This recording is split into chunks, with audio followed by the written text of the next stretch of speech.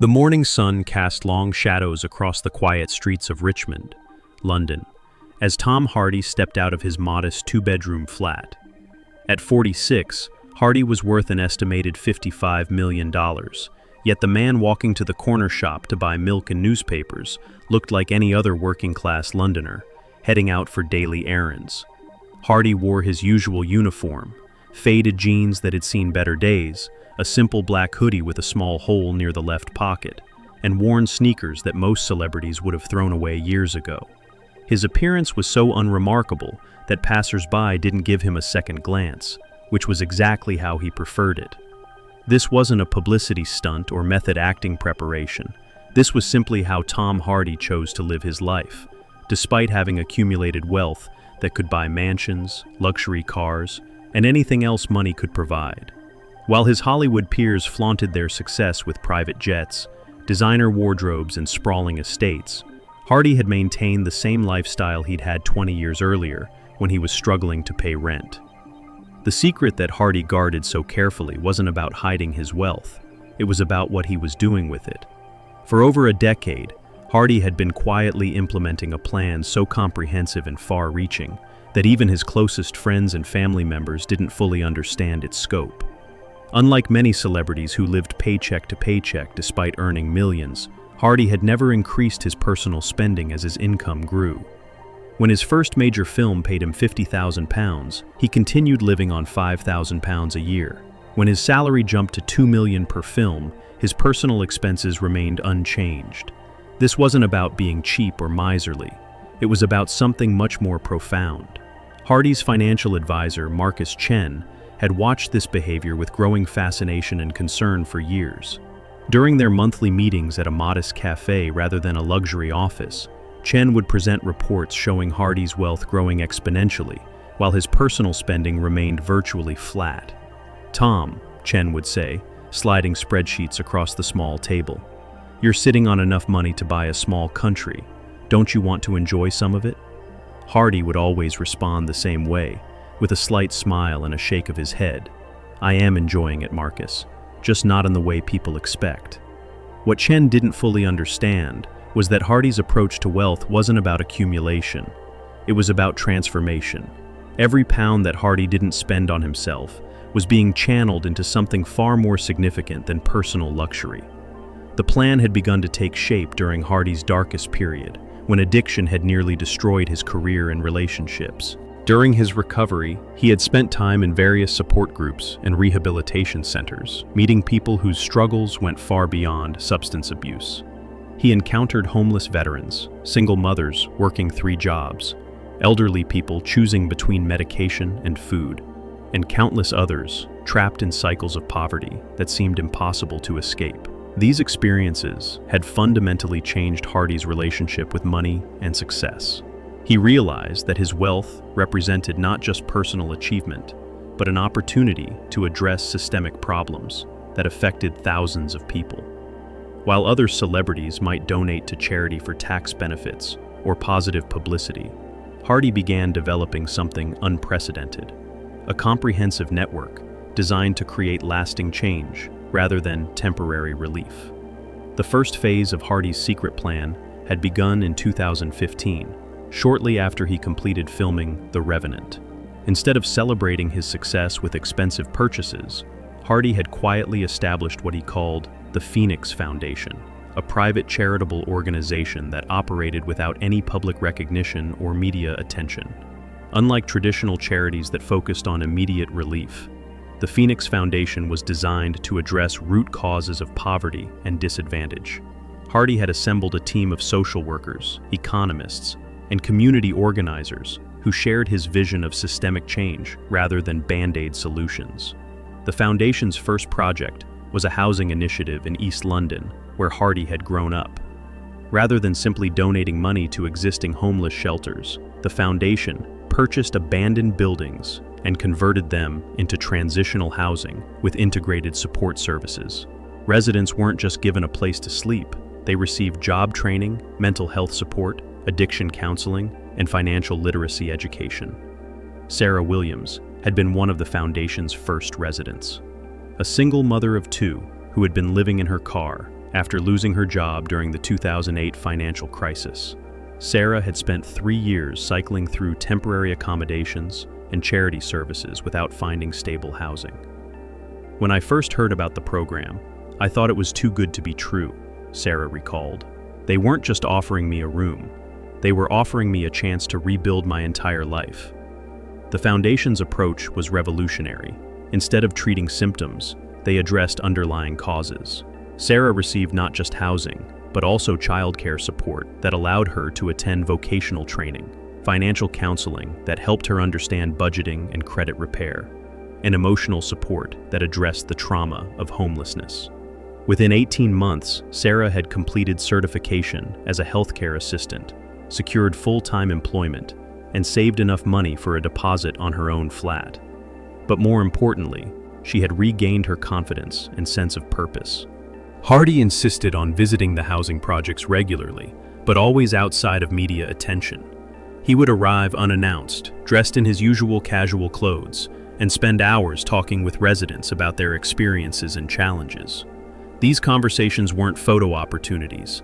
They were research sessions that informed the foundation's evolving strategies. Tom doesn't come here to feel good about himself, explained James Morrison, the foundation's director. He comes here to learn. He asks hard questions about what's working and what isn't. He's genuinely interested in making the programs better, not just bigger. The success of the housing initiative had led to the second phase of Hardy's plan, educational interventions. The foundation began establishing after-school programs and vocational training centers in areas with high unemployment and limited opportunities. These weren't traditional charity schools, but comprehensive development centers that addressed multiple barriers to success. The Stratford Learning Center, funded entirely by Hardy's wealth, offered everything from basic literacy classes to advanced technical training. More importantly, it provided wraparound services that addressed the complex challenges that prevented people from accessing education. Emma Rodriguez had dropped out of school at 16 to care for her sick mother. By the time her mother recovered, Emma was 24, with no qualifications and little hope of improving her circumstances. "I thought it was too late for me," Emma said. "I'd been working minimum wage jobs for 8 years, barely making ends meet. But the center showed me that it's never too late to change your life." The center provided Emma with flexible scheduling that accommodated her work obligations, financial support that covered her living expenses while she studied, and career counseling that helped her identify realistic goals. After 2 years of intensive study, Emma qualified as a dental hygienist and nearly tripled her income. Hardy's personal involvement in these programs was extensive but deliberately invisible. He attended graduations, celebrated successes, and mourned setbacks alongside the people his money was supporting. But he did so as Tom the volunteer, not Tom Hardy the celebrity. The third phase of the plan was perhaps the most ambitious, creating sustainable employment opportunities in communities that had been economically abandoned. Rather than simply funding job training programs, the foundation began establishing social enterprises that created real jobs while addressing community needs. The Bermondsey Furniture Workshop was one of these enterprises. Located in a former industrial area with high unemployment, the workshop trained local residents in traditional furniture-making techniques while producing high-quality pieces for sale to the public. The profits funded expansion of the program and additional services for participants. Michael Thompson had been unemployed for 3 years when he joined the workshop program. A former construction worker whose career had ended due to a back injury, Michael had struggled with depression and financial insecurity. "Learning furniture making gave me back my sense of purpose," Michael explained. "It's not just about earning money, it's about creating something beautiful and lasting. And knowing that Tom Hardy funded this opportunity for me, without wanting any recognition for it, makes it even more meaningful." The workshop had become completely self-sustaining within 4 years, employing 35 people full-time and providing training for hundreds more. Similar enterprises had been established across London and were beginning to expand to other cities. Hardy's approach to these investments was distinctly unbusinesslike. He didn't expect immediate returns or even eventual profitability. Instead, he measured success through social impact. Lives changed, families stabilized, communities strengthened. Tom's investment philosophy is completely different from traditional philanthropy, explained Dr. Rebecca Foster, who had studied the foundation's impact. He's not trying to solve individual problems, he's trying to change systems. And he's willing to invest massive amounts of money over long periods to achieve lasting change. The financial scale of Hardy's giving was staggering. Tax records showed that he had donated over £40 million in the past 8 years, representing nearly 75% of his total earnings. But these weren't traditional charitable donations. They were investments in social infrastructure that would continue generating positive outcomes for decades. Hardy's personal living expenses remained virtually unchanged throughout this period. He still lived in the same modest flat, drove the same 10-year-old car, and bought his clothes from regular high street shops. Friends and colleagues often expressed concern about his frugal lifestyle, not realizing that every pound he didn't spend on himself was being channeled into programs that were transforming hundreds of lives. The foundation had also begun addressing systemic issues beyond direct service provision. Hardy had funded research into housing policy, employment law, and educational reform. This research was being used by parliamentarians and policymakers to develop legislation that would benefit millions of people. Tom realized early on that individual charity, no matter how generous, can't solve structural problems, explained Professor David Wright, who had received foundation funding for his research into poverty reduction. He's trying to change the systems that create poverty in the first place. The full scope of Hardy's secret plan only became public knowledge in 2023, when investigative journalist Lisa Chen uncovered the connection between the actor and the Phoenix Foundation. Her investigation revealed not just the financial scale of Hardy's giving, but the sophisticated and comprehensive nature of his approach to social change. When I started researching Tom Hardy's finances, I expected to find the usual celebrity lifestyle: expensive homes, luxury cars, private jets, Chen explained. Instead, I found something unprecedented. Here was a man who had systematically given away the vast majority of his wealth while living like a regular person. The revelation sparked international attention and prompted deep questions about celebrity culture and social responsibility. Hardy had demonstrated that accumulating wealth for personal consumption was not only unnecessary, but potentially harmful when millions of people lacked basic necessities.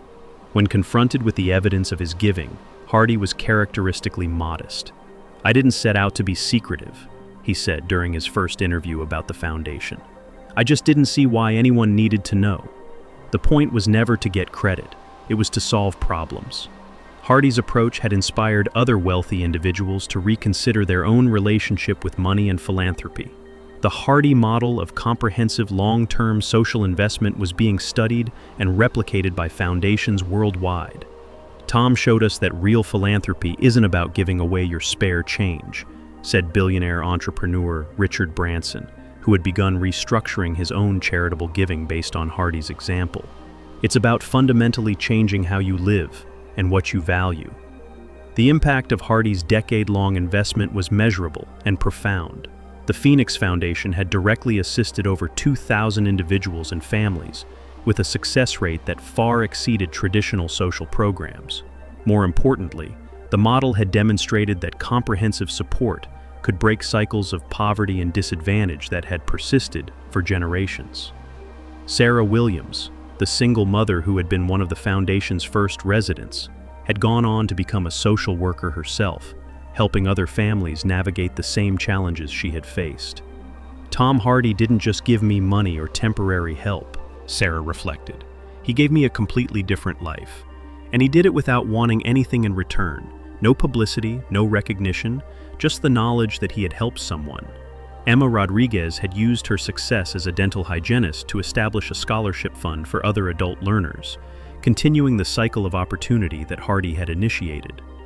Michael Thompson had become a master craftsman and was training the next generation of furniture makers at the Bermondsey Workshop. Hardy's plan had achieved something that traditional charity rarely managed: sustainable change that continued generating positive outcomes long after the initial investment. The programs he had funded were now largely self-sustaining, creating an ongoing legacy that would benefit thousands of people for decades to come. The most remarkable thing about Tom's approach, explained Marcus Chen, Hardy's financial advisor, is that he never saw it as giving money away. He saw it as investing in the kind of world he wanted to live in, and the returns on that investment have been extraordinary, not financial returns, but human returns. As Hardy continued his acting career, earning millions from each film, his lifestyle remained unchanged. Every new paycheck was channeled into expanding the foundation's work, reaching more communities, and addressing more complex social challenges. The secret plan that had begun as one man's response to his own recovery had evolved into a comprehensive model for social change. Hardy had proven that individual wealth, when thoughtfully and systematically deployed, could create lasting solutions to problems that governments and traditional charities had struggled to address. "I'm not trying to save the world," Hardy said simply. "I'm just trying to do my bit, and if having money means I can do a bigger bit, then that's what I'll do." His words weren't delivered with grandeur or false humility. They were matter of fact, grounded in the same grit that had carried him through addiction, obscurity, and fame. Behind him, the community center buzzed with activity. Former inmates teaching workshops, young students rehearsing lines for a play, and veterans finding quiet dignity in shared silence.